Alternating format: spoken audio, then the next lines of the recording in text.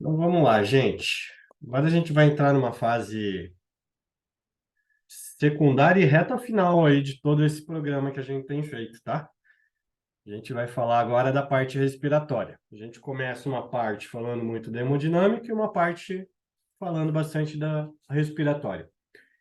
E, querendo ou não, no meu ponto de vista, a parte respiratória ela tem uma certa complexidade, principalmente naquilo que tange o bicho de sete cabeças de todo mundo, que é a ventilação mecânica, tá? Mas não tem como a gente falar direto de ventilação mecânica sem entender uma base. Uma das coisas que eu mais vejo que o pessoal tem bastante dificuldade é justamente o fato, né, de não entender muito fisiologia respiratória, não entender muito da parte da mecânica ventilatória, e isso impacta lá no entendimento para a ventilação mecânica. Quando vocês entenderem todos esses conceitos de fisiologia e mecânica, e principalmente classificação do que é uma insuficiência respiratória, pode ter certeza que vai facilitar bastante para que na próxima aula a gente já comece a abordar mesmo a ventilação mecânica. Depois vai faltar só algumas questões relacionadas a alguns processos da parte de nutrição, da parte de sedação do paciente de UTI, mas eu acho que essas duas principais habilidades do intensivista, né, hemodinâmica e ventilatório, espero que eu consiga trazer bastante conteúdo aí para vocês aplicarem dentro da rotina, tá bom? Hoje a gente vai falar então de classificação de insuficiência respiratória. A gente precisa entender quando que o meu paciente ele tem uma insuficiência respiratória e qual é o método que eu vou usar ou a estratégia terapêutica para abordar aquele paciente. E é basicamente 50%, digamos assim, dos pacientes de rotina de UTI, eles vão ter alguma disfunção relacionada à parte respiratória, tá? E tem vários tipos de estratégia, até onde a gente vai. Esse que acho que é o caminho ideal. Se vocês, durante essa aula, a gente não vai avançar muito nesse contexto de fisiologia, nem de mecânica, que senão a gente vai ficar muito tempo dentro desse conteúdo, né? Mas, para quem tiver a fim de avançar mais nesse conteúdo da parte de fisiologia, mecânica, insuficiência, gasometria, falem comigo depois que eu passo para vocês aí o conteúdo para vocês visualizarem a aula daí, tá? As aulas que têm relacionado a esse tópico. Mas a gente vai dar aí algumas algumas pinceladas nesse conteúdo também, tá bom? Gente, só relembrando um pouco do contexto de fisiologia respiratória, a gente sabe que o nosso mecanismo respiratório ele tem o objetivo de fazer troca gasosa entre oxigênio e CO2, mas a gente tem que entender alguns conceitos, principalmente do como isso é convertido e o como isso vai me gerar alguns tipos de pressões a nível de alvéolo, a nível de capilar. Então, a gente tem que estar trazendo aí mais ou menos alguns conceitos. Só um pouquinho, tá, gente? Só um minutinho aqui.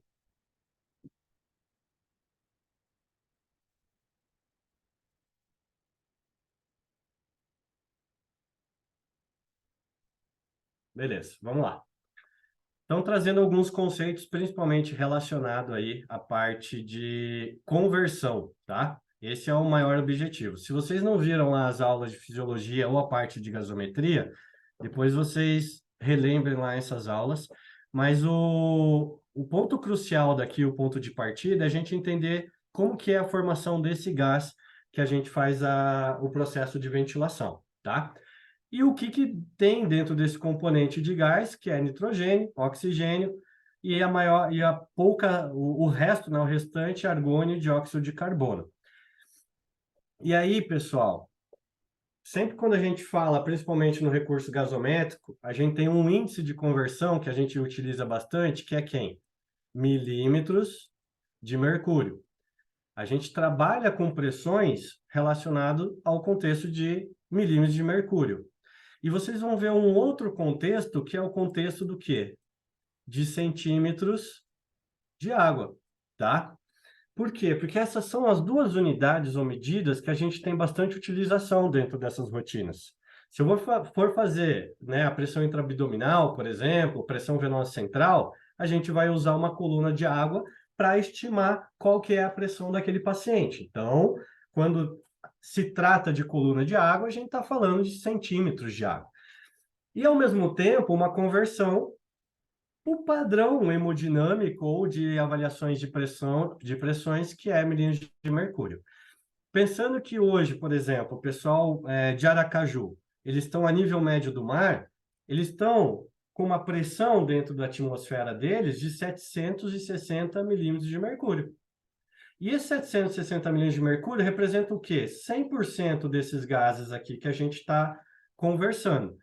Mas quando eu faço lá uma hemogasometria e ela me traz a pressão de oxigênio, por exemplo, a nível sanguíneo, e traz isso em milímetros de mercúrio, ou a pressão alveolar, que é um outro dado que a gente vai aprender a estimar agora, né, em milímetros de mercúrio também, eu tenho que fazer essa conversão. Se 760 milímetros de mercúrio, que é pressão atmosférica hoje, a quem está no nível médio do mar, 100% dos gases, né, representa todas essas concentrações de gases, oxigênio, pessoal, que é 21%, eu tenho que saber fazer essa conversão. Então, como que fica nessa nossa equação aqui? Opa, só um pouquinho, gente, que está difícil aqui hoje. Aí. Eu quero saber 21%, que representa o oxigênio. Então, isso vai me dar um X. Para quem está a nível médio do mar, então, se eu fizer essa conversão, vocês podem começar a fazer aí, ela vai dar em torno de 160 milímetros de mercúrio. De quê? De oxigênio, tá? A gente que está aqui em Curitiba, por exemplo, Curitiba ela já fica numa altitude maior, né? Ela já fica a 900 metros do nível médio do mar. E toda vez que a gente sobe dentro dessa atmosfera, a pressão que é exercida sobre a nossa cabeça ela é menor. Então, quando a pressão ela é menor, a concentração de oxigênio ela sempre vai ser 21%, mas a pressão do oxigênio ela é menor. Conseguiram entender esse contexto? Quando a gente fala de concentração, que é um percentual, a fração de inspiração que hoje a gente tem, esse é um índice importante para a gente começar a entender bem todo o mecanismo da fisiologia respiratória, da hemogasometria e assim por diante, ventilação mecânica, alto fluxo, ou seja, qualquer estratégia, a própria oxigenoterapia, é baseado e gira em torno desse conceito de fração de inspiração. Então, a fração de expiração é 21% quando o meu paciente ou nós aqui estamos respirando um ar sem a concentração maior de oxigênio, que é, por exemplo, a colocação de um cilindro de oxigenoterapia, tá? Então, se eu faço essa conversão para quem está a 900 metros do nível médio do mar, para vocês terem ideia, a pressão já aqui em Curitiba, em vez de 760 milímetros de mercúrio, ela é em torno de 680 milímetros de mercúrio. E isso representa 100% dos gases. Então, aqui de um lado eu tenho pressão e desse lado eu tenho concentração. Qual que é a concentração de oxigênio que eu estou respirando aqui agora? Também é 21%, mas a pressão varia, né? Então, vamos fazer um cálculo básico. Eu já sei esse cálculo de cor, mas se vocês fizerem aí, ó, 21 vezes 680, regrinha de 3, dividir por 100, isso vai dar em torno de 149 milímetros de mercúrio. E aí entra um ponto importante. Quem fizer uma gasometria, uma conversão lá em Aracaju, nível médio do mar, e quem fizer em Curitiba, vai ter percentuais diferentes, tá? Fração de expiração continua a mesma, mas a pressão de oxigênio, ela é diferente. Por exemplo, quem viaja lá para Machu Picchu, que é uma cidade que está a 4.000 metros de altitude em relação ao nível médio do mar, o pessoal diz que tem bastante dificuldade de respirar. Muitas vezes tem que levar cilindros de oxigênio. Os montanhistas que escalam montanhas grandes levam o quê? Oxigênio concentrado, justamente por isso. Varia o percentual de oxigênio? Não. O que muda é a pressão. E pressão, como a gente viu lá no contexto hemodinâmico, ele faz parte de todo o mecanismo que faz carreamento de qualquer tipo ou veículo, né, para qualquer tipo de substância, seja um gás, e agora a gente está falando de gás, ou lá no contexto hemodinâmico, que a gente estava falando de um líquido. Até aqui, gente, dessa parte básica de fisiologia, mais uma vez, isso daqui, se vocês quiserem de forma mais detalhada, me avisa depois, me manda uma mensagem que eu passo os links das aulas que ela abrange bastante, fisiologia respiratória e mecânica, tá bom? É mais para a gente entender alguns conceitos que a gente vai utilizar daqui para frente, principalmente na ventilação mecânica. Dúvidas até aqui, pessoal? Não? Então eu vou dar sequência, tá? Um outro contexto legal para a gente começar a pincelar também, e de forma mais superficial hoje, para não ocupar tanto tempo, é a questão de como ocorre todo esse processo de ventilação e de respiração. Aqui tem um termo importante. Quando a gente fala de ventilação, a gente está falando no ato do quê? De inspirar e expirar. É pegar o gás do ambiente externo e botar no interno, pegar o gás que está no ambiente interno e botar no externo.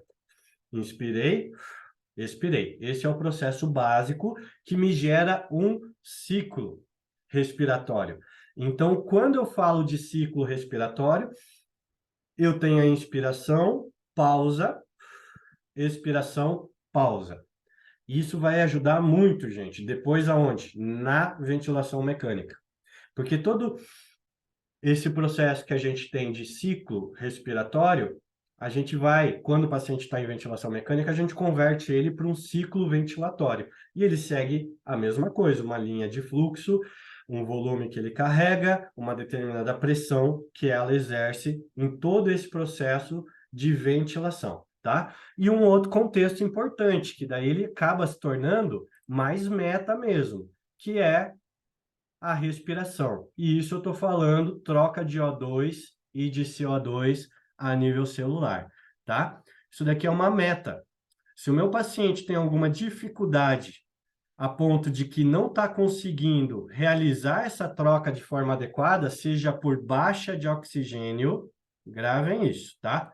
Ou aumento de CO2 a nível celular, eu tenho algo que se chama insuficiência respiratória. E hoje o objetivo dessa aula é a gente classificar paciente com insuficiência respiratória. Aqui eu preciso de abordagem. Quais são as abordagens que muitas vezes a gente utiliza? Oxigenoterapia, padrão, convencional, né, que todos vocês estão bem habituados. Terapia de alto fluxo, quando a oxigenoterapia ela não fornece ou não consegue resolver aquela alteração do meu paciente, a gente tem que usar um recurso um pouco mais avançado. Então, eu tenho a terapia de alto fluxo. E quando a terapia de alto fluxo também não consegue reverter ou tratar este quadro, eu tenho a ventilação mecânica, tá? E isso aqui também, gente. Se eu tenho qualquer alteração que interfere na ventilação do meu paciente, eu também tenho que abordar com estratégias terapêuticas para resolver a parte ventilatória. Isso também me gera uma insuficiência respiratória aguda e não necessariamente só a nível de troca celular, tá? Mas a nível de ventilação. Uma coisa liga a outra. Se a minha ventilação está inadequada, seja no ato de inspirar, expirar, carrear esse gás, esse conteúdo de ambiente interno para o externo, isso consequentemente vai gerar alguma alteração no processo de respiração também. Mas como eu disse, ó, só conceitos aí para a gente ir abordando, tá? Tranquilo, pessoal? Dúvidas? Ainda falando um pouco sobre fisiologia, a gente começa a entrar e invadir um pouco a mecânica respiratória. E é importante esse entendimento, gente, porque boa parte das patologias vão alterar essas pressões aqui, tá? Qualquer patologia que gere lesão de parênquima pulmonar pode me causar uma insuficiência respiratória.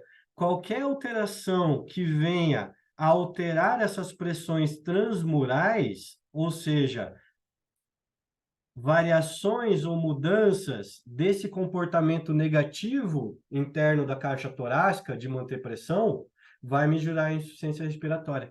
E qualquer alteração, e talvez esse seja um dos pontos mais importantes, relacionado a musculatura respiratória, seja intercostal ou diafragmática, ela vai me gerar variações, alterar as pressões transmurais e, consequentemente, pessoal, vai gerar insuficiência respiratória. Por que eu dou tanta ênfase nesse contexto aqui em relação à parte intercostal ou musculatura, né, intercostal e diafragmática? Por conta de um quadro muito comum que gera insuficiência respiratória chamada fadiga respiratória. É padrão, por exemplo, daqueles pacientinhos que estão hospitalizados muito tempo com uma estratégia de oxigenoterapia e ele não tem uma boa responsividade à oxigenoterapia. E como que eu entendo essas variações de pressões, tá? Lá na aula de mecânica respiratória, a gente destrincha isso muito bem. Se eu não me engano, são 40 minutos só falando, né, desse contexto de todas as pressões e todas as possíveis variações que pode acometer o sistema respiratório. Mas sempre dentro da caixa torácica, gente, é necessário ter o quê? Uma pressão negativa. Aqui dentro do pulmão, eu tenho uma pressão positiva. E aqui fora, a gente não comentou que existe uma pressão atmosférica também? Então, olha só, eu tenho uma força sendo exercida para esse lado, positiva, uma força sendo exercida para esse lado aqui, positiva. Só com o espaço entre essas duas atmosferas que é negativa. Então, isso, gente, consegue fazer o equilíbrio da mecânica respiratória. Se a partir do momento isso aqui se torna positivo, mais com mais não é menos? Ou seja, eu não tenho capacidade do pulmão aqui dentro, que deve exercer força positiva para o lado oposto, ele acaba diminuindo, porque ele precisa ter justamente essa pressão positiva, só que aqui dentro. Por isso que o sistema de mecânica respiratória, gente, ele é bem interessante para a gente pensar em todos os tipos de patologia de um doente respiratório. Né? Aquele paciente que ele pode ser um braquicefálico, então ele já tem impotência. Lembra lá das aulas de emergência? O como a gente falava, o quão é importante, por exemplo, a gente abordar o nosso paciente de forma primária, pensando no A dentro do ABC, é justamente por isso, gente, porque essas variações de pressões aqui, elas sempre precisam estar, de certa forma, positivas para que todo o resto do sistema respiratório ele passe a ser funcional, tá? Se eu tenho interferência em pressão transmural, que praticamente é esse meio aqui que era para ser negativo, ele passa a ser positivo, por algum momento, olha, eu tenho comunicação, eu tenho uma lesão daqui para cá, ou seja, independente de qual seja a patologia respiratória que gera alteração dessas pressões transpulmonares, isso vai prejudicar toda a mecânica respiratória do meu paciente, tá? E aí, além desses contextos que a gente falou de centímetros de água e de milímetros de mercúrio, a gente também vai ter um outro que se chama pressão atmosférica mesmo, mas a gente vai invadir isso mais lá nas aulas da ventilação mecânica, tá? Porque é justamente essa mudança de pressões que muitas vezes a gente vai abordar dentro do ventilador mecânico, tá? É isso que ele vai fazer como leitura, e a gente tem que ter um entendimento claro também sobre, a partir do momento que eu conecto meu paciente no ventilação mecânica, que eu estou pressurizando toda essa atmosfera externa para dentro do meu paciente, as outras forças que estão relacionadas ou interferem nessas pressões, seja alveolar, seja pleural, seja intercostal, seja atmosférica externa, tá? Ou, de certa forma, afetem a pressão transmural, isso é perdido no ato da ventilação mecânica. Por isso que ventilação mecânica, gente, ela é totalmente contrafisiológica. A gente tem que saber realmente quais são os critérios que a gente vai utilizar para eu abordar de forma muito efetiva o meu paciente e que, pela essa contrafisiologia natural, né, a empregar o recurso da ventilação mecânica não seja simplesmente para converter, né, algum dado que eu não estou tendo entendimento. Eu preciso saber o motivo, né, da indicação dessa ventilação mecânica e qual dessas alterações, qual é o tipo de falha e qual dessas alterações ela está afetada. Por que eu falo isso, gente? Porque se eu falar para vocês que a ventilação mecânica, ela também tem uma contraindicação, por exemplo, num paciente que a pressão intrapleural ela é muito positiva, eu vou dizer, olha, ele vai gerar insuficiência respiratória. Ocupação de espaço pleural por gás, por exemplo, ou nos pneumotórax hipertensivos. Puxa, Daniel, preciso ventilar um paciente que não está saturando bem. Aqui a pressão arterial de oxigênio dele está baixa, a PAF dele já tem indicativo de ventilação mecânica. Qual que é a patologia? Ah, ele está com pneumotórax. Eu já entendi que dentro de todo esse contexto, a caixa torácica tem ocupação por gás. E se isso for hipertensivo, ou seja, não tem comunicação com o meio externo, e eu boto uma pressão positiva, pressurizo uma atmosfera dentro desse paciente, eu termino de matar ele, né? Então, esses contextos aí vai ser bem legal vocês aprofundarem. Falamos então, demos uma pincelada em fisiologia respiratória, vamos falar agora da mecânica, que é justamente o mecanismo que faz o quê? O gás entrar e sair de forma contínua, tá? Para isso é necessário que eu tenha pressões inspiratórias, que eu tenha o ato de inspirar e expirar, que eu tenha que eu não tenha variações na minha pressão transmural, que a gente sabe que ela tem que ser já um pouco mais negativa, e a gente já vai abordar mais isso, tá? Que eu tenho que ter utilização de musculatura respiratória, principalmente as duas principais, intercostal e diafragmática. Então, pense, um paciente que muitas vezes tem um aumento de pressão intraabdominal, às vezes ele tem dificuldade respiratória. A patologia primária dele está em compartimento abdominal. Não permite o diafragma, por exemplo, fazer a distensão para que aumente a área interna. Então, pense o seguinte, gente, a minha pressão intrapleural, ela é menos 4 milímetros de mercúrio, tá? A partir do momento que eu inspiro, a musculatura diafragmática, ela desce e a intercostal abre. A pressão dentro do tórax, que era negativa, ela passa a ser o quê? Mais negativa ainda, tá? É esse mecanismo aqui, ó, gente. Se vocês olharem, eu tenho uma pressão negativa dentro do tórax. A partir do momento que eu aumento a área torácica por contração da musculatura respiratória, essa pressão passa a ser mais negativa ainda. Isso faz o quê? Força o ar a entrar e o aumento do alvéolo com gás atmosférico. E o mesmo acontece, pessoal, a partir do momento que o quê? Que eu tenho processo de expiração. E aí entra um ponto importante. Toda vez que eu tenho o ato de inspirar, ele é um processo ativo, eu tenho queima de energia. Só que o ato de expirar para fazer com que esse gás que está dentro desse alvéolo ele seja eliminado, ele é, na maior parte das vezes, por relaxamento, tá? Por que que eu estou dizendo isso? Porque se eu tenho um paciente em fadiga respiratória, ou se eu tenho um paciente que começa a respirar muito com o abdômen, alguma alteração ele tem que pode estar sugerindo insuficiência respiratória. Ele está usando musculatura abdominal para forçar o diafragma para cima para fazer com que o pulmão retorne para a posição original dele, tá?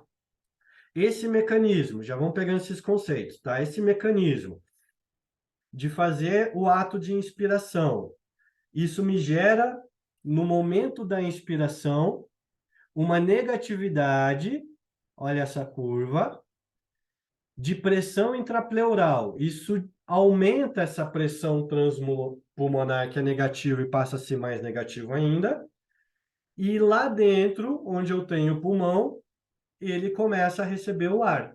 Ele recebendo o ar, gente, esse mecanismo a gente chama de complacência pulmonar. Ele é um órgão que ele precisa ser complacente. E existem patologias que impedem com que esse órgão ele seja complacente. Por exemplo, hipertensão pulmonar. Como é que a gente mapeia se meu paciente tem hipertensão pulmonar? Ecocardiografia, pode ser feito beira-leito, fibrose pulmonar. Muitas vezes é necessário um recurso, né, de tomografia para a gente conseguir ter sugestão de diagnósticos de fibrose pulmonar. Muitas vezes lesões de parênquima pulmonar, por exemplo, pneumonias, né? Tudo isso pode impedir com que esse pulmão ele tenha essa capacidade complacente. Então, por mais que eu tenha uma variação, o meu problema patológico não é alterações de pressões, né, mas é uma lesão propriamente dita de parênquima pulmonar, isso aí também pode refletir em quem? Dificuldade para o meu paciente conseguir receber esse gás da atmosfera, entrar dentro do pulmão e fazer a exalação dele, tá? E no momento da expiração, essa pressão, ela estava mais negativa, ela tende a ficar menos negativa, mas ainda negativa, porque se ela zerasse, a pressão que é externa seria a mesma que a pressão pulmonar, que seria a mesma que a pressão pleural, ou seja, lembra nas aulas lá de hemodinâmica que os processos de difusão ou de troca, eles acontecem em ambientes de maiores pressões para menores pressões? Se as pressões são zero, gente, zero mais zero é igual a zero. Não tem movimentação respiratória. Então, é necessário que eu tenha essa mudança da musculatura intercostal abrir, diafragma baixar, para que essa pressão dentro da caixa torácica seja negativa. Pense num paciente que levou um trauma torácico, levou uma pancada em tórax, e esse paciente tem dor para respirar. Se vocês notarem, ele vai começar a respirar muito com quem? Com o abdômen. Eles não estão conseguindo, muitas vezes, fazer esse mecanismo respiratório ser funcional, tá? Então, musculatura respiratória é importantíssima. E que nem a gente, vai para academia, se faz muito esforço muscular, a gente tem o quê? Dor muscular. A mesma coisa acontece para o paciente que está em oxigenoterapia. Eu estou aqui dando essa aula, gente, pós uma gripe que afetou muito a parte respiratória. Então, eu estou cansado. E isso traz para o consciente da gente essa questão. Nossa, o tempo todo você está pensando, olha, eu tô cansado, eu estou respirando, tenho que ficar dando pausa para falar e tudo mais. Imagine um paciente, e eu não estou cianótico, né? Para ter cianose, para vocês terem ideia, a minha oximetria tem que baixar abaixo de 70%. Pense naquele paciente que a gente atende cianótico, o quanto de esforço e angústia respiratória ele já não está. E aí vocês vão ver como é maravilhoso a gente ter esse entendimento e desbloquear algumas coisas em relação à parte da ventilação mecânica. Vocês vão ver que vocês vão querer ser muito mais precoce, né, nesses pacientes com ventilação mecânica, tá? Toda vez que essa mecânica ela acontece, então, eu tive contração muscular, pressão negativa intrapleural, alterou minhas pressões transpulmonares, que a gente vai falar muito dela daqui para frente, tá? O pulmão, se tem complacência, ele abre, e depois eu, por relaxamento dessa musculatura, faço processo de expiração. Essa é a fisiologia padrão das coisas. Agora, se eu tenho lesão de via respiratória, o ar ele entra e não consegue sair. Uso musculatura abdominal. Paciente com DPOC, paciente com asma, paciente com obstrução de via respiratória, braquicefálico, qualquer mecanismo de impotência de via respiratória, muitas vezes eles podem estar gerando essas alterações, né, a ponto de que o pulmão ou a caixa ou todo esse mecanismo respiratório, ele não consiga voltar à posição original e fazer um mecanismo chamado elastância. Elastância pulmonar. Eu estou falando esses conceitos, gente, que eu acho que vai facilitar aí na hora o entendimento da ventilação. Vamos falar de complacência e vamos falar de mecanismos que também alteram a fisiologia respiratória, ou mecânica respiratória, e, consequentemente, vão gerar insuficiência respiratória, que também é resistência, tá? Então, dois componentes importantes, complacência e resistência. E por incrível que pareça, são dados que a gente consegue extrair e consegue calcular. Toda vez que o meu pacientinho ele precisa de algum recurso, terapia avançada respiratória, eu vou calcular a complacência e resistência do sistema respiratório. Isso é obrigação minha dentro dos pacientes, principalmente que estão em ventilação mecânica, tá bom? Esse mecanismo funcional ele vai me gerar um volume T-down. Então, mais uma nomenclatura aí para vocês já irem pegando. O que é um volume T-down? Ele é um volume corrente. Olha só, eu tenho aqui um tubo, onde eu passo um gás aqui por dentro, tá? Esse tubo aqui, se aqui eu tenho uma pressão de 5 e eu fechei esse tubo aqui, essa pressão aqui embaixo é o quê? Zero.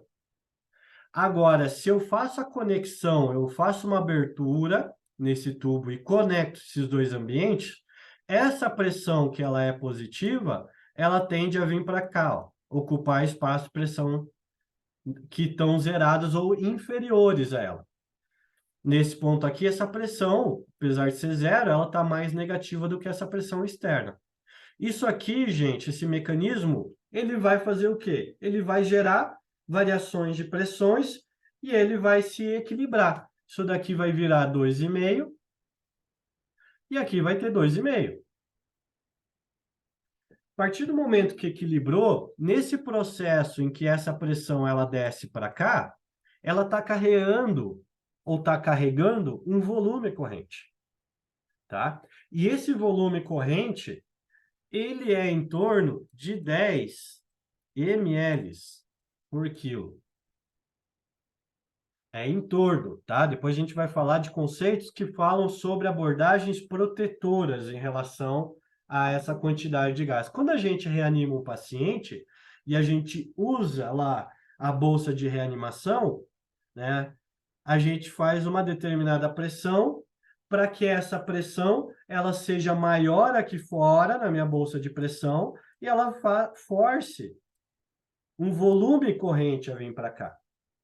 Qual que é a pressão que a gente faz no ambu? Não dá para saber. Quando o ambu gritar, a gente sabe que extravasou. Essa pressão aqui dentro do alvéolo, ela é muito grande, não cabe mais nada, ela retorna e vai lá na válvula de protetora do ambu, de berrar ele para que diga o seguinte, não aperta mais do que isso.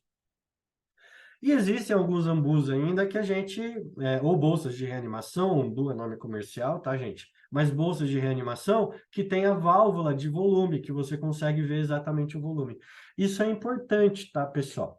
E aqui vai mais um conceito, né? Volume corrente, ele é 10 ml por quilo, mas lembrando que pulmão não engorda. Gravem esse conceito, tá? Pulmão não engorda. Por quê, gente? Porque às vezes eu tenho um paciente obeso e o cálculo que a gente faz de qual é o volume corrente dele está baseado no peso real. E não é. A gente pode estar colocando, se ele tem um score corporal, né, dobrado, a gente vai estar colocando o dobro de volume, isso pode me gerar lesões, né, volumétricas, que é o volutrauma, dentro desses pacientes, tá? E para finalizar, mais uma vez, não tem como abordar tudo sobre mecânica, hoje é só uma revisão das aulas de mecânica respiratória, os gatilhos, que eles vão interpretar quem? O2, CO2 e pH, através lá dos nossos quimiorreceptores centrais.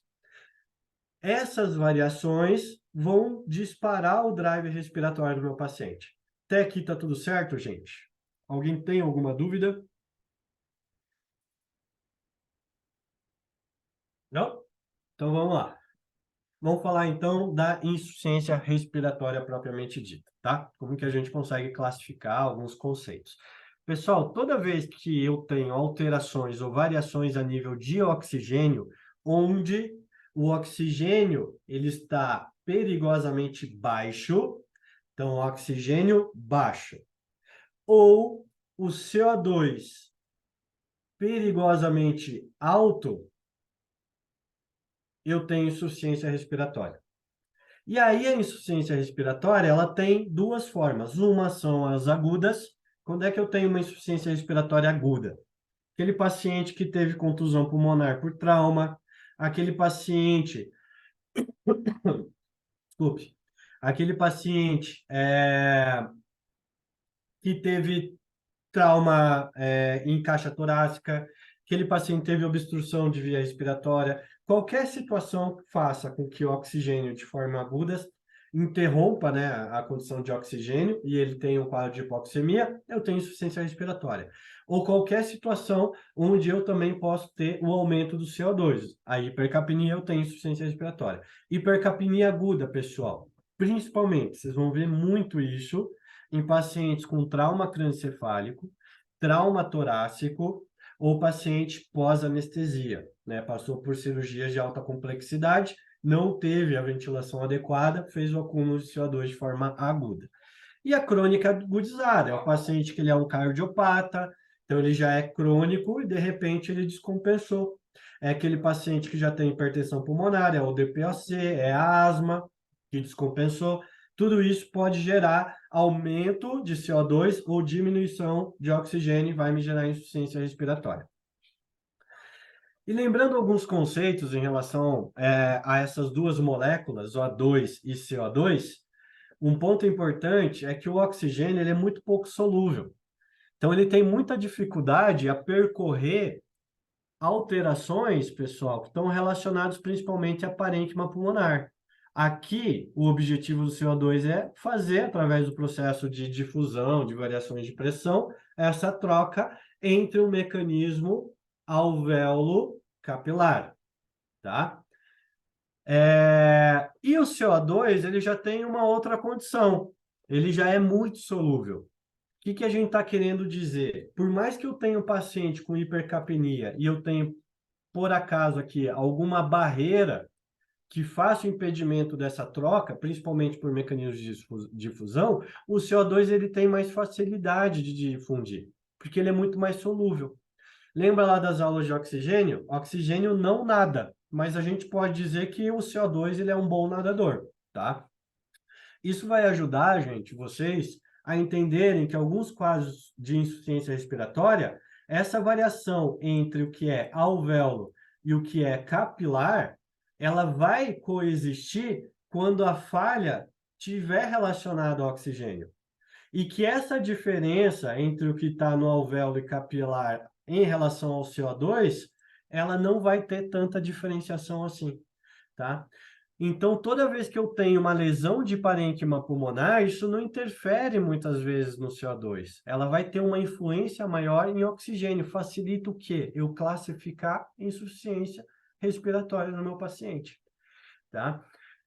Uma outra questão, de um outro conceito importante, é que essa interface entre alvéolo e capilar, ela é uma interface que deve ser fina, justamente para poder existir a difusão desses dois gases. Edema pulmonar, contusão pulmonar, qualquer processo inflamatório já pode interferir nessa parede fina e influenciar diretamente na difusão ou na troca gasosa. E, ao mesmo tempo, pensando na questão capilar, ela precisa ter um conceito muito dinâmico. Esse sangue, ele precisa correr de forma ativa. Sangue parado faz o quê? Extravasa líquido, aumenta o edema. Então, isso aqui tem que estar, de certa forma, constantemente ativo. E aí entra o ponto importante também. Se eu tiver uma condição hemodinâmica, vocês acreditam que isso possa gerar insuficiência respiratória? Nossa, mas hemodinâmica com insuficiência respiratória? Com certeza, porque eu vou estar interferindo diretamente nesse dinamismo aqui do sangue que tem que percorrer um determinado sentido, tá? Então, a gente vai ver que alguns elos, né, da insuficiência respiratória, eles não estão nada atrelados com o sistema respiratório propriamente dito. E o que pode interferir em toda essa questão da troca gasosa, gente? É justamente essas alterações, essas variações na difusão, na diferença de pressão. Se vocês relembrarem, quem não viu, vai lá nas aulas de hemogasometria, que a gente vai falar da equação do gás alveolar, tá? O que é a equação do gás alveolar, gente? Eu vou extrair alveolar. Opa. Eu vou extrair uma informação chamada pressão alveolar. Sempre que a gente falar de alvéolo, é azão, tá? E sempre que eu falar de arterial, é azinho. E aqui a gente vai falar de O2, tá? Então, eu tenho uma pressão alveolar de oxigênio, que está dentro do alvéolo, e uma pressão arterial de oxigênio. As gasometrias, muitas vezes, elas não me dão esse índice aqui, de pressão alveolar. E olha só, voltando lá na fisiologia respiratória, a gente viu lá que 760 milímetros de mercúrio vai representar 100% dos gases. O pessoal lá de Aracaju, nível médio do mar, vai ter uma pressão de oxigênio em torno de 160 milímetros de mercúrio. Esse oxigênio, lá na via respiratória do paciente, lá na via respiratória do paciente, ele vai se perder ao longo da via respiratória, mas ele vai chegar lá no pulmão em torno lá de 110 milímetros de mercúrio. De quê? Pressão alveolar. E aqui a gente está falando da molécula de oxigênio. O capilar que passa aqui embaixo, ele vai vir com oxigênio aqui em torno do quê? 40, 45 milhões de mercúrio, porque o organismo já consumiu boa parte dele. Quando ele passar aqui embaixo, a diferença de pressão de 110 para esses 40, 45 vai fazer que de ambientes de maiores pressões venham para ambientes de menores pressões. Então, esse é o processo da difusão. Quando que a difusão pode estar prejudicada, gente? Quando essa pressão alveolar, principalmente, ela tem alguma alteração. E o que me gera alteração de pressão alveolar? Se eu estou falando que é relacionado às pressões de via respiratória, pressão atmosférica, de duas uma. Ou o paciente, para eu ter uma baixa pressão alveolar, ou o paciente subiu demais no espaço, e aí o ar ficou tão rarefeito que isso não consegue gerar pressão alveolar para ele, ou eu tenho algum mecanismo que está interrompendo o fluxo aqui para dentro, seja mecanismo de resistência, seja impotência de via respiratória, aonde a pressão a nível alveolar de oxigênio é muito baixa, e isso me deu um gradiente entre alvéolo e artéria muito menor. Então, essa diferença de pressão pode prejudicar na troca gasosa. A gente vai avançar um pouquinho mais sobre isso também, tá? Quando existe desequilíbrio entre ventilação e perfusão. O que pode alterar a ventilação do meu paciente? Mesmo os mecanismos que vão, por exemplo, fazer com que o paciente ele não consiga puxar o ar para dentro. Por exemplo, lesão lá de caixa torácica. Por exemplo, alterações de ocupação de espaço pleural. Comece a pensar nas fisiopatologias que podem estar atreladas a tudo isso, tá? Isso pode me gerar variações ou alterações na ventilação, vai, consequentemente, gerar menores pressões alveolares, vai prejudicar a diferença de pressão, consequentemente, vai interferir na minha troca gasosa, tá? Ou desequilíbrio no conceito perfusional. O sangue aqui não está tendo aquele dinamismo que a gente esperava ter, do conceito hemodinâmico mesmo, propriamente dito. O que pode fazer com que esse sangue não venha para cá? Obstrução, por exemplo, um trombo, pacientes que tenham alterações de pressões aqui dentro, como, por exemplo, doenças que fazem variações na oclusão de artéria pulmonar, que a gente viu lá nas aulas de hemodinâmica, cardiopatias propriamente dito, tá? Ou situações que podem interferir diretamente aonde, pessoal? Na difusão. O que interfere na difusão? Lesão de parênquima pulmonar. Se eu tenho aqui um processo inflamatório, o oxigênio vai ter mais dificuldade de difundir. Tudo isso são os vilões aí que impedem a troca e geram insuficiência respiratória no meu paciente. Alguém tem alguma dúvida, pessoal, até aqui? Por enquanto? Opa, aqui está dizendo que a internet está instável.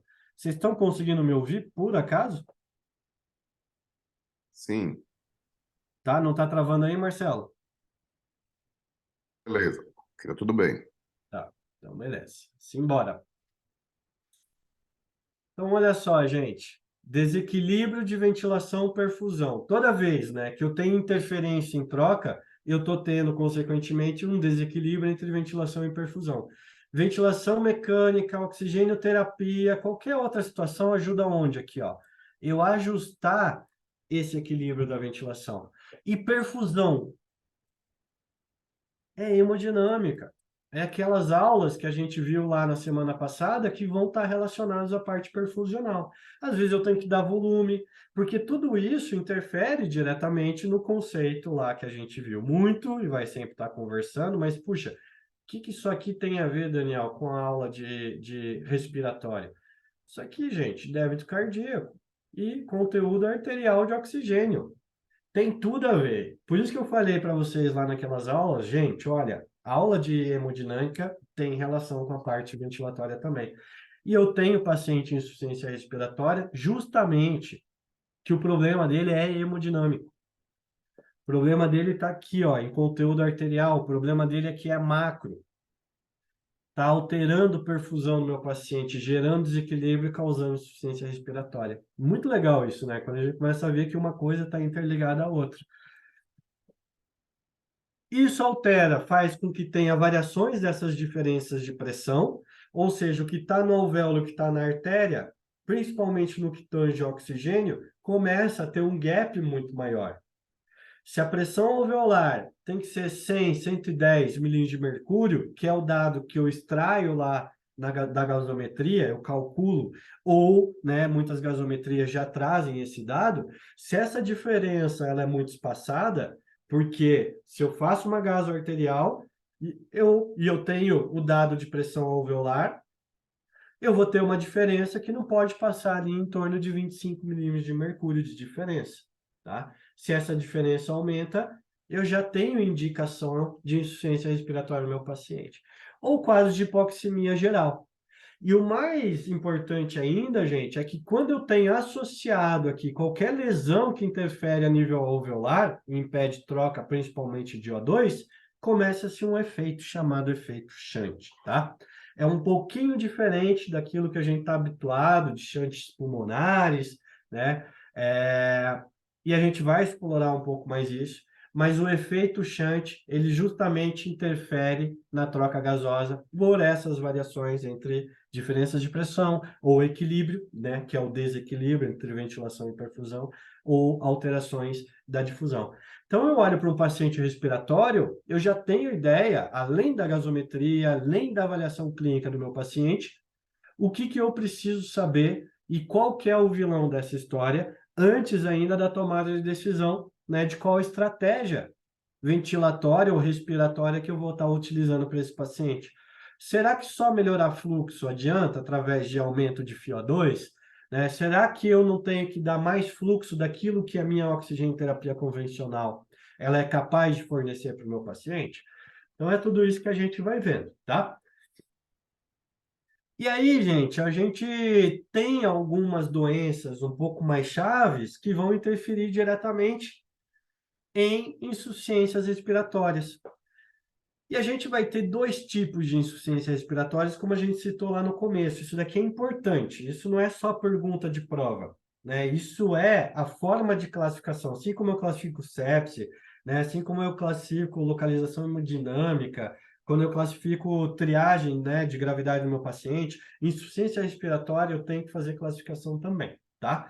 Tudo que gera hipoxemia, baixa de oxigênio, eu vou atrelar alterações que me geram lesão de parênquima pulmonar.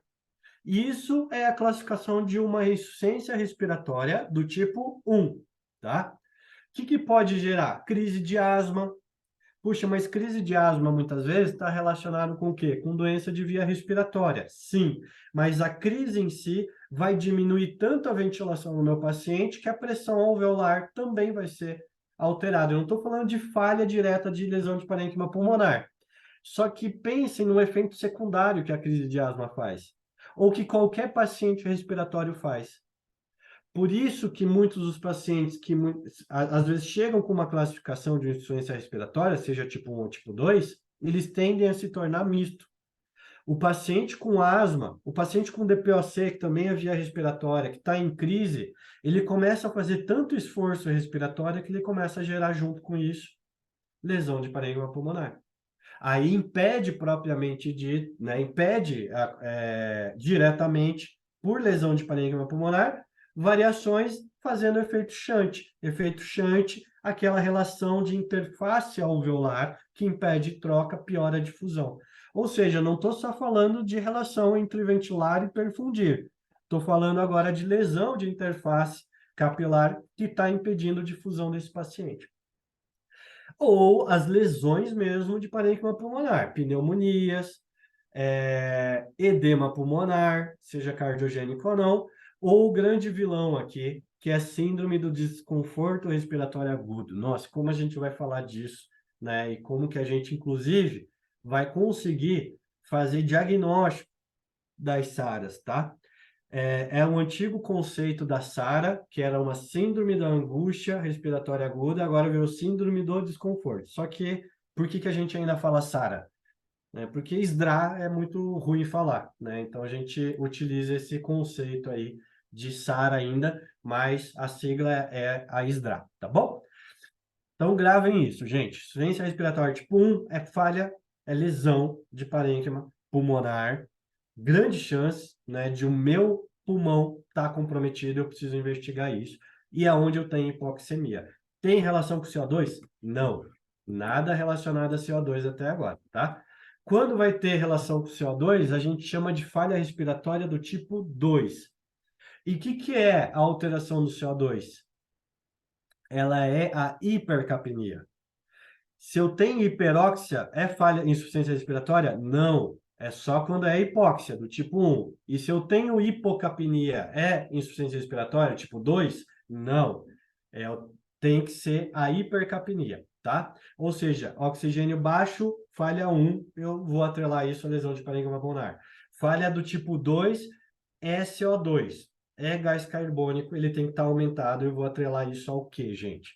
Alterações no sistema nervoso central, porque isso tem relação com o quê? Com o quimiorreceptor central, que vai interpretar lá oxigênio, CO2, pH, para dar drive respiratória. Então, se eu tenho qualquer influência no sistema nervoso central, automaticamente eu vou estar interferindo na minha capacidade ventilatória, no meu drive respiratório, e isso vai alterar quem? Relação, perfusão, ventilação. Eu não tenho nada no pulmão. É só o gás que não está conseguindo chegar. Ou alterações de via aérea. Posso estar ativo, alerta, mas teve um trauma, está obstruída a minha via respiratória, eu tive uma crise de bronquite, um broncoespasmo. Isso impede também que o gás do ambiente externo vá para dentro do pulmão. Tem lesão no pulmão? Não. Mas está impedindo a ventilação de acontecer.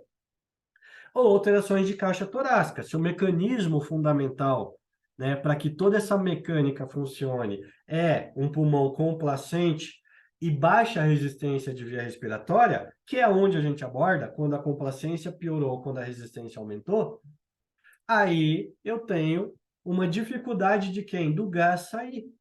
Se o gás entra, porque lembra que o processo é ativo vai inspirar, mas ele não consegue sair, e eu ainda estou usando musculatura abdominal para jogar esse gás para fora, por exemplo, numa alteração de via respiratória ou numa ocupação de espaço pleural, o CO2, que era para ter ido embora, não vai. Então ele começa a ter reinalação de CO2. E isso aumenta a hipercapnia, aumenta consequentemente, né, a insuficiência respiratória desse paciente, eu vou chamar ela do tipo 2. Drogas pode fazer isso. Cuidado com aqueles pacientes que vocês querem fazer sedação. Puxa, o paciente passou por cirurgia de coluna. Legal. Qual que é o protocolo de sedação? O protocolo de sedação, eu vou botar ele no fentanil, sufenta, alguma coisa assim, né? E o paciente ele vai ficar confortável com a dor. Você não vê, mas esse paciente está retendo CO2, pode estar retendo CO2, é aquele paciente depois que tem mais dificuldade de acordar, é aquele paciente que muitas vezes começa a ter comprometimento ou lesão do nada de parênquima pulmonar. Ele não tinha nada. 2, 3 dias depois da internação, ele começou, né? Então, a gente tem que estar de olho nisso também. É o paciente pós-anestesia. Cirurgia de alta complexidade, gente, elas precisam de recurso de ventilação mecânica. Pense que toda vez que eu apago o meu paciente para fazer qualquer tipo de procedimento, ele segura por um tempo, mas ele perde toda aquela capacidade das pressões transpulmonares que estão relacionadas com pressão externa, pressão de caixa torácica, intrapleural e pulmonar, perde-se todo esse mecanismo. E o próprio peso do paciente faz o quê? Diminui a capacidade torácica dele. O pulmão ele não fica lá dentro sem trabalhar de forma adequada. E olha só o perigo disso. O oxigênio muitas vezes está trocando, mas o CO2 não está conseguindo sair. Por que o CO2, o oxigênio troca o CO2 não, gente? porque provavelmente esse paciente está entubado com fluxo de oxigênio jogando oxigênio dentro do alvéolo. Então, a saturação dele vai estar linda. Mas se eu não tenho um capnógrafo para acompanhar esse paciente, ou ele fica muito tempo anestesiado, esse paciente pode estar acumulando CO2. Isso é muito comum dentro da clínica. É até, às vezes, muito comum dos pacientes que a gente faz sedação ou anestesia geral para qualquer tipo de procedimento à beira-leito. Então, tomem muito cuidado com isso. O paciente que está em sedação, ele precisa ter gasometria para vocês acompanharem os índices de CO2 desse paciente. Deixa eu ver aqui no chat rapidinho. Ah, tinha gente que não estava ouvindo? Ah, tá ouvindo, tá. Trauma raquimedular, miastenias, que vão interferir diretamente, né, em mecânica respiratória. Quando a gente usa ventilação mecânica, gente, a gente usa muito o que? Os bloqueadores neuromusculares, tá? Em alguns casos, não é sempre. Em alguns casos, quando a falha é muito grave, e a gente vai falar disso nas aulas aí daqui para frente. Eu acredito que mais 2, 3 aulas a gente feche aí toda essa parte de ventilação, tá? Trauma de tórax, né? Justamente, tomei uma pancada no tórax, tenho dor para respirar, o pulmão lá dentro não consegue exercer a complacência dele, receber volume, CO2 acumula, falha do tipo 2. Edemas de glote, por exemplo, as próprias DPOCs, as próprias asmas, tá? Então, isso tudo que gera alteração, nível, sistema nervoso central, via respiratória e caixa torácica, podem estar gerando insuficiência respiratória do tipo 2. E aí, gente, para exemplificar, né, como um dos maiores recursos que a gente tem para conseguir fazer diagnóstico, a gente tem que entender o seguinte: na falha do tipo 1, de quem que a gente vai ter que lembrar? De oxigênio. O oxigênio tem que estar baixo. E a gente vai utilizar recurso gasométrico, mas o recurso gasométrico também vai trazer para a gente outras informações. Por exemplo, como que está o CO2 desse paciente. Então, na falha do tipo 1, o CO2 ele tende a estar normal. Por quê, gente? Porque do tipo 1 está relacionado com oxigênio, não tem nada a ver com CO2.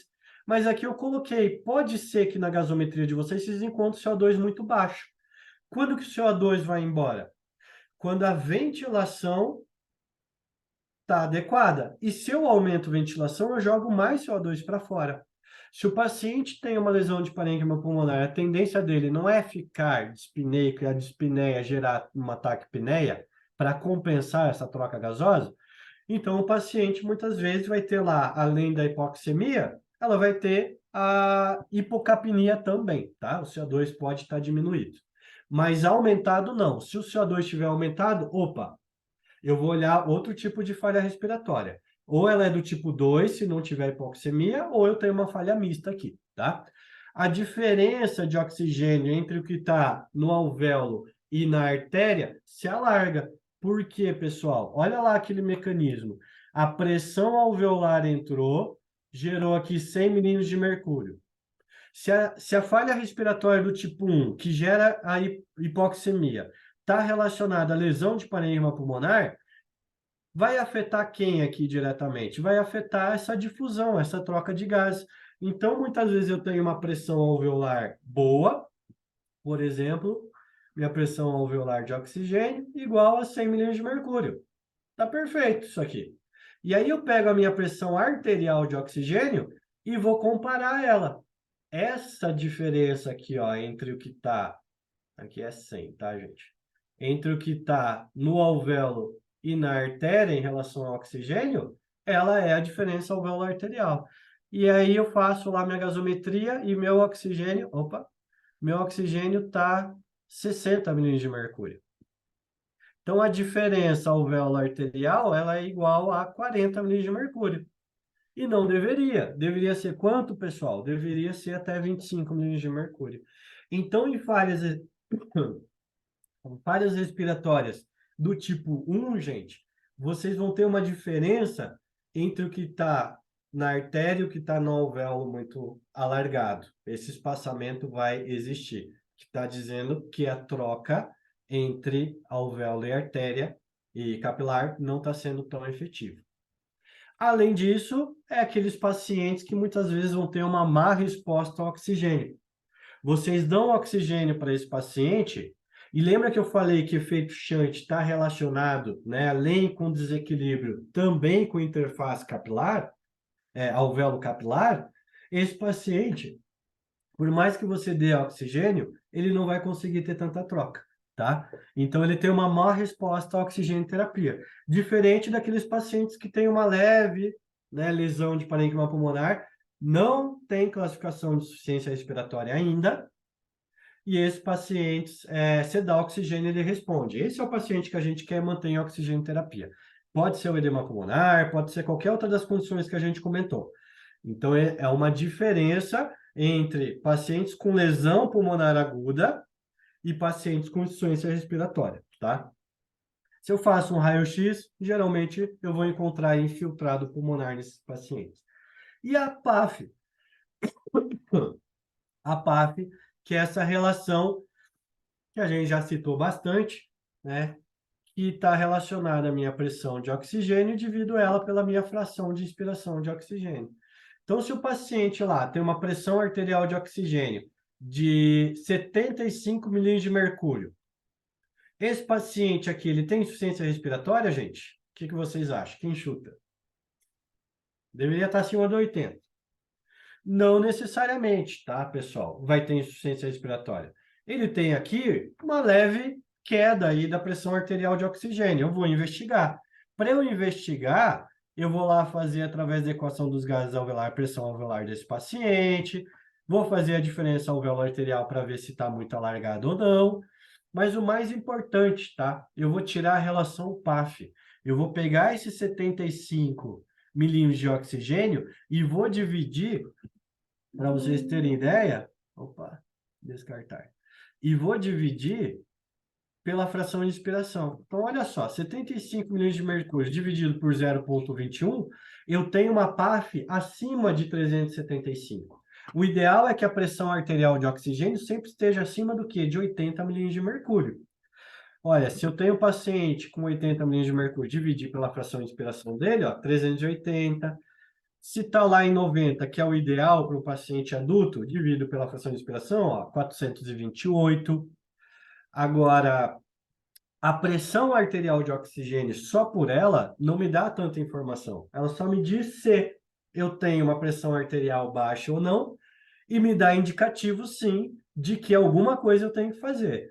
Mas a PAF, ela é um dado muito mais, como eu posso dizer, diretamente, de forma funcional para avaliar a função pulmonar, um dado muito mais perspicaz em relação à pressão arterial, tá? Tanto é que, às vezes, eu tenho um paciente com 80 milímetros de mercúrio de pressão arterial de oxigênio, você vai olhar na gasometria, você vai pensar, tá boa essa pressão? Tá. Então, esse paciente não precisa de nada? Não. A pergunta que a gente tem que fazer, que a gente viu lá nas aulas de gasometria, qual que é? Qual que é a fração de inspiração? Vai que esse paciente estava entubado e respirando 100%. Se eu dividir por 100%, ele tem uma PAF de 80. Ou seja, para ele estar com essa pressão arterial de oxigênio, ele precisa de 100% de oxigênio. A lesão pulmonar dele é gravíssima. A mesma coisa, o paciente estava com sonda nasal. 80 divididos por 0,40, que é a fração de inspiração que esse método geralmente me dá, a PAF 200. Então, olha como a PAF é muito mais sensível do que simplesmente eu olhar um número relacionado lá à pressão arterial de oxigênio, tá? E na falha do tipo 2, não tem nada a ver com oxigênio. Pressão arterial de oxigênio vai estar normal, PAF vai estar normal. O que vai estar alterado? A pressão arterial de CO2. E geralmente com pH mais baixo. Por quê? Porque o CO2 é um dos principais ácidos. Então a gente sabe que quando eu tenho CO2 acumulado, a tendência, mais uma vez, lembrando as aulas de gasometria, a ligação entre CO2 e pH ela é inversa. Então, se eu tenho aumento de CO2, pH cai, tá? O paciente tem boa resposta ao oxigênio, está lá saturando 93, 92, 94. Se eu dou um pouquinho de oxigênio para ele, só para fazer um teste, a saturação já sobe para 98, 99, às vezes 100%. Pronto, tira o oxigênio, não é oxigênio. Ele tem boa resposta ao oxigênio, tá? Raio-X normal, não vou ter lesão de parênquima pulmonar ou diminuído, tá? Diminuído em questão de volume pulmonar. Por quê, pessoal? Porque se meu paciente tem hipercapnia, a tendência é que ele esteja, por conta da acidose, hiperventilando. E às vezes, também tem relação, como a gente viu, com via respiratória. É aquele mecanismo, né? O paciente consegue expirar, mas não consegue jogar o gás para fora. Se ele não joga o gás para fora, ele força o ar através de musculatura abdominal. Esse gás ele não consegue sair. Para ele sair, ele tem que forçar muito, o diafragma sobe muito, o pulmão comprime. Então, muitas vezes eu tenho aí atelectasia no meu raio-x. E com associação hipercapnia, pronto, vocês têm um diagnóstico de insuficiência respiratória do tipo 2. Olha essa curva aqui legal, gente, questão de classificação. Eu tenho um paciente numa condição normal, a partir do momento que eu tenho a instalação de uma insuficiência respiratória, se eu estou falando de oxigênio, o oxigênio, a tendência dele é ir caindo, ó, até iniciar uma insuficiência respiratória mesmo, uma queda bem importante do oxigênio. E o CO2, que é a falha respiratória do tipo 2, olha só, a ideia é que ele esteja lá em 40 milímetros de mercúrio, numa condição normal. Quando começa a instalação de uma insuficiência respiratória, o paciente começa a ficar taquipneico, vai jogando CO2 para fora. Só que chega um dado momento, gente, muito perigoso. Conforme ela vai avançando, essa insuficiência respiratória, o CO2 ele tende a ficar normal, ó, até um ponto de que entra um quadro que a gente chama de fadiga, seja por falha do tipo 1 ou por falha do tipo 2. E aí começa a falha mista. O CO2 só vai se acumulando, porque eu perco a capacidade ventilatória, esse mecanismo complacente, né? Eu tenho uma instalação e eu vou fazendo lesão de parênquima pulmonar, ou eu já tenho uma lesão de parênquima pulmonar que vai tendo mais queda ainda do meu CO2. Esse tipo de falha mista é muito difícil tratar. Porque quando a gente bota um paciente em ventilador, a gente sempre vai direcionar ele a um tipo de estratégia ventilatória, seja para falha do tipo 1 ou para falha do tipo 2. Se ele tem falha mista, nossa senhora, aí a gente vai ter que ir entendendo ou durante a ventilação mecânica, né, qual que é a melhor manobra para esse paciente, tá? E aqui, gente, só para a gente esclarecer, algumas variações aí em relação ao CO2, tá? Então, só desconsiderem esse azão. Aqui é um azinho, que é a pressão arterial de CO2. Se eu faço uma gasometria, eu tenho que saber que quando a falha é do tipo 1, o CO2 não vai estar interferido, vai estar normal ou reduzido porque hiperventila por conta da dispneia, tá? O gradiente alveolar arterial, se a falha respiratória ela é hipoxêmica, aí eu tenho uma variação de oxigênio aumentado. A radiografia de tórax vai ter um infiltrado pulmonar. E as causas que a gente já citou do que pode gerar a falha respiratória do tipo 1. CO2, então, normal, gradiente alvéolo arterial aumentado, radiografia infiltrado pulmonar. Esses são os principais indicativos, tá? E já no caso de uma hipercapneica, ou seja, uma falha respiratória do tipo 2, o CO2 vai estar aumentado. E o gradiente alveolar arterial, então, olha só os dois parâmetros que a gente mensura, né? Um é CO2 e o outro é gradiente alveolar arterial, tá? Essa diferença ela vai estar normal. Por quê? Porque o problema não é com o oxigênio, o problema está sendo com o CO2. Radiografia de tórax, normal também.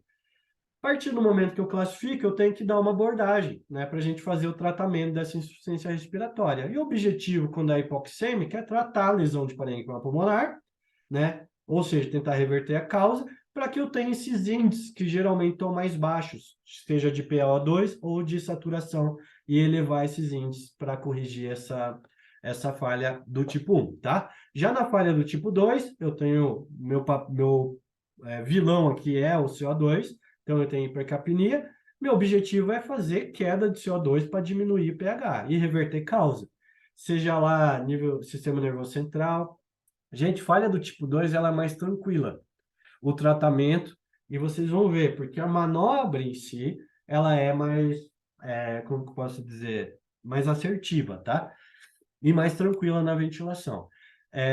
Mas, às vezes, reverter a causa ela é um pouco difícil, principalmente em alguns pacientes que, por exemplo, fazem cirurgia de medular alta, tá? Então, esses pacientes aí, eles podem ter uma dificuldade maior de tratamento. Vocês botam no ventilador, o paciente fica super bem. O problema é que, muitas vezes, a gente não consegue tirar do ventilador. E quando se fala de gatos, ventilação mecânica são duas coisas que não nasceram mesmo um para o outro, sabe? Então tem bastante dificuldade, principalmente, ou doenças, e aí, Marcelo, muita dificuldade na nossa área, paciente tem broncoespasmo, paciente tem doença de via respiratória, muito importante, às vezes, principalmente DPOC, gente, às vezes a gente bota na ventilação e o desmame ele é muito, muito, muito difícil, tá? A gente vai ver isso nas aulas de ventilação. E, além disso, é possível dar uma abordagem clínica para esses pacientes respiratórios? Desculpa, eu fazer diagnóstico de insuficiência respiratória de forma clínica para esses pacientes? Com certeza. Como? Através da visualização de como está o padrão respiratório dele. Então, olha só, um exame simples. Se ele está usando musculatura acessória, que é aquele paciente com respiração abdominal, gente, comecem a extrair dados e comecem a prever que pode ser que ele precise de um recurso desse, tá? Ou seja, tá usando músculo que não usa, mas ele vai bem assim, vai, mas tá sofrendo, tá sofrendo. Frequência respiratória, uma análise simples que já dá indicativo para a gente. Essas respirações paradoxal abdominal, que a gente fala bastante, ou seja, né, eu deveria ter movimentos sincrônicos, tórax e abdômen, tórax e abdômen. Então, é aquele paciente que ele fica intermitente em relação a esses movimentos esses movimentos do abdômen e do tórax. Ou quando tem o paciente em quadro de fadiga, que ele também está usando musculatura acessória, seja intercostal, seja pescoço, gente. Já viram o paciente respirar com o pescoço? Vou mostrar um vídeo aí para vocês, tá? É aquele paciente que tem fadiga diafragmática, às vezes você nem está vendo ele respirar, pouca amplitude respiratória, e ele já está com o nível de consciência rebaixado. Ou sinais de over, tá? Que é o paciente que ele não expande essa parte do tórax inferior. E sinais de hiperinsuflação também, tá? Então, são indicativos aí que meu paciente pode ter insuficiência respiratória, eu vou ter que dar um jeito de tratar isso. Olha só, gente, esse paciente é mais clássico, né? Posição ortopneica, tá no oxigênio terapia. Eu entro numa internação, vejo um paciente desse, e eu pergunto há quanto tempo ele está assim? Ah, tá 2, 3 horas. Não está certo, gente, não está certo. Né? Alguma manobra eu tenho que fazer a mais. Vou aumentar o fluxo de oxigênio ou não? É a causa base, mas é ruptura de cordoalha. Independente disso, gente, né? É um paciente que está em agonia respiratória. Vamos buscar informação. Por quê? Porque se a informação me der critério, por exemplo, de ventilação, eu vou pensar se eu não tiver ou encaminhar esse paciente ou de botar ele na ventilação. Porque vocês vão ver nas aulas que vêm que os critérios de ventilação mecânica, pessoal, eles, se forem seguidos, aumentam muito a sobrevida dos pacientes. Muito, significativamente. Diminui muito o tempo de hospitalização também. Olha lá, posição totalmente ortopneica, ó. Se deu entrada no pronto-socorro, comecei a manual de oxigênio terapia, estou fazendo furosemida porque edema cardiogênico, meu processo de insuficiência respiratória, por exemplo, difusão por conta de edema, eu tenho tratamento para isso, que é oxigênio, furosemida, muitas vezes, alguma coisa assim, espera a resposta, não tem problema, mas essa resposta ela tem que ser muito rápida, tá? Olha esse paciente aqui, ó. Gente, estão vendo o como esse paciente está com tiragem, está ventilando, fazendo tanta força com musculatura intercostal para conseguir respirar. Isso daqui está um indicativo claro de que esse paciente tem uma insuficiência respiratória, de que algum processo, né, ventilatório não está conseguindo, está desenvolvendo ou desenvolvendo esse paciente. E olha isso aqui que interessante, ó. Já viram o paciente respirar assim, ó? Esse é um paciente, gente, que só no padrão ventilatório dele, eu já fiz a indicação de broncoscopia, né? E já com talvez previsão de quem sabe fazer traqueostomia nesse paciente. E aí fui fazer, mas vamos fazer a gasometria? Tudo bem, pode fazer gasometria, mas bota ele na mesa. Eu tenho que ter inspeção de via respiratória desse paciente. Já viram gatinho com asma, gente? Muitas vezes expirar com o pescoço, olhem o pescocinho. E aí o paciente para. E esses vão abusar.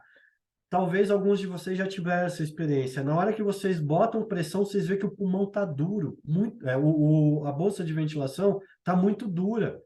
Porque esse paciente já estava demonstrando processo obstrutivo respiratório e o esforço, tentando usar a musculatura de pescoço para respirar, que o gás entrava e não conseguia sair. Não tinha abdômen, não tinha caixa torácica que conseguisse jogar o ar para fora desse paciente, né? Então, esses são pacientes que geralmente dão indicativos, tá? De obstrução de via aérea mesmo, e não estou falando só de corpo estranho, né? Ou de politraumatismo, paciente de ABC, de urgência e emergência. Estou falando de paciente, muitas vezes, com doença de via respiratória mesmo. Mais uma vez, ó, para vocês verem. Então, sempre avalie o padrão respiratório do paciente. Isso é muito importante. Olha que dó. Esse paciente aqui, ele foi com muita resistência, tá? Ele foi para a mesa, mas raio-x e não sei o quê, daí era plantão, daí espera até amanhã de manhã. Não, vai para a mesa. Mesa nesse paciente, eu quero laringoscopia. Primeira coisa, vou fazer o quê? Que a gente viu e a gente conhece do ABC padrão? O A. Eu fiz ABC nesse paciente. E ele tinha uma baita de uma neoplasia em região faríngea. Então, na hora que passou o traqueotubo, aliviou as pressões, esse paciente conseguiu ventilar e já chamamos o cirurgião para fazer correção. Senão ia sair na traca até o cirurgião chegar ou até a condução e continuidade do caso, tá? Pessoal, dúvidas até aqui, gente? Dessa parte? Deixa eu ver. Na verdade, tem bastante coisa ainda para a gente falar, mas já são 9h30. Vamos deixar para a semana que vem? O que vocês acham? E a gente vai indo devagarinho? Pode ser, gente?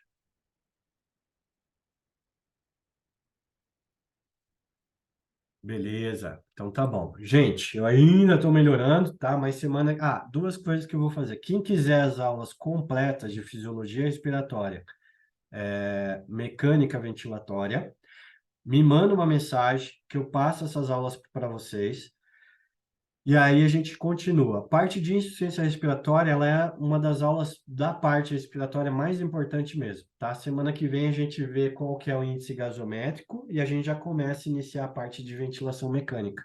Então, quem ainda não fez as aulas de fisiologia, isso vai ajudar bastante, vai facilitar bastante o conhecimento para a parte de ventilação, tá bom?